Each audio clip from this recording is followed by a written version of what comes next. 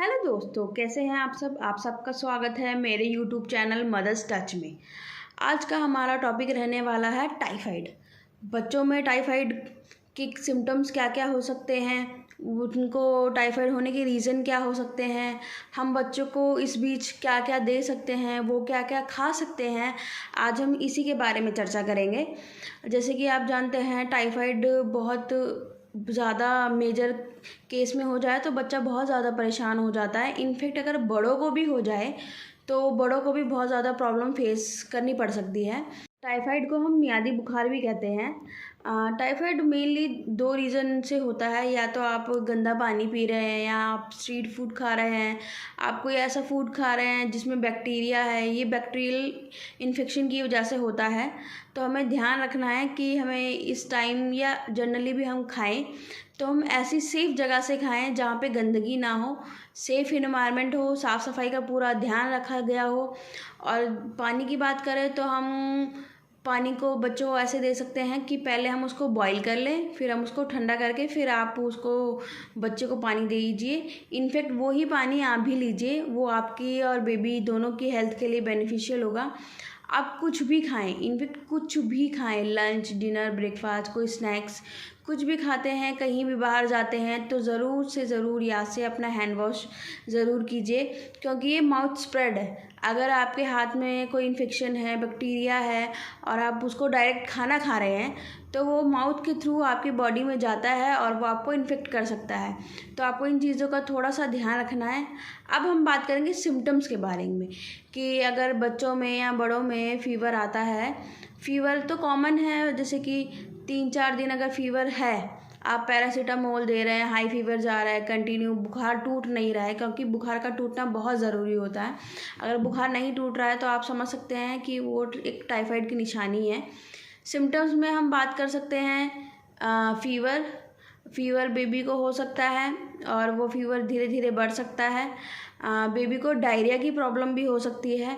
और in case अगर typhoid आपका मेजर स्टेज पे चला जाए तो डायरिया में आपको ब्लड, पॉटी में ही थोड़ा बहुत ब्लड भी आप देख सकते हैं। एंड सिम्टम्स में आप उल्टी, नौजिया, ये सारी चीज़ें आप देख सकते हैं। बच्चे का पेट दर्द भी होगा, वो बोल सकता है कि हाँ मम्मा स्टमक में पेन है या कुछ भी प्रॉब्लम है।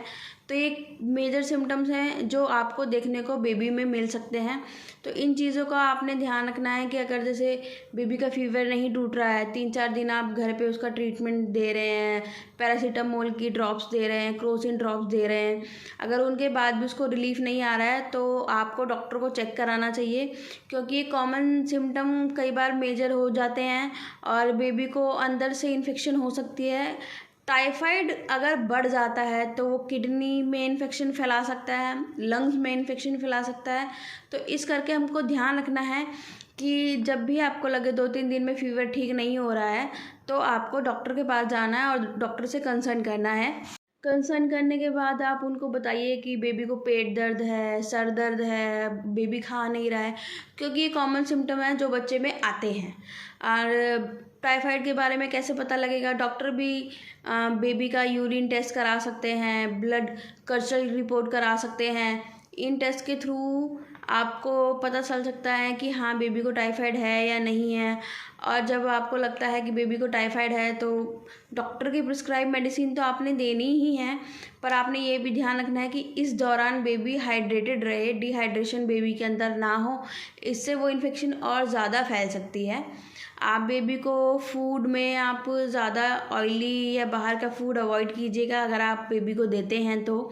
टाइफाइड के दौरान आप बच्चे को दूध हल्का बॉईल करके दे सकते हैं, आप दलिया दे सकते हैं, आप रवा दे सकते हैं, रवा यानी कि सूजी का आप उपमा बना के दे सकते हैं, सूजी की आप खीर बना के दे सकते हैं। और आपको वाटर इनटेक बच्चे का बहुत अच्छा रखना है ताकि बेबी हाइड्रेटेड रहे। और आप नींबू पानी है, नारियल पानी है, इन चीज़ों का ध्यान रखें कि मतलब लिक्विड इनटेक भी बेबी का टाइम टू टाइम रहे। वाटर पिएगा अगर उसका मन नहीं है, तब भी आपने सूप के थ्रू, अगर आप बच्चा वाटर में इंटरेस्टेड नहीं है तो आप सूप बना सकते हैं। आप बेबी को सूप दीजिए, इसी बहाने वो सूप भी पिएगा और उसमें थोड़ा सा बॉडी में पानी भी जाएगा। अगर बेबी को कोकोनट वाटर अच्छा लगता है तो आप वो दे सकते हैं, नींबू पानी बना के दे सकते हैं। फ्रूट में आप केला, संतरा ऐसे सब फ्रूट्स दे सकते हैं जो बेबी इजीली खा सके और बेबी को इजीली डाइजेस्ट हो सके।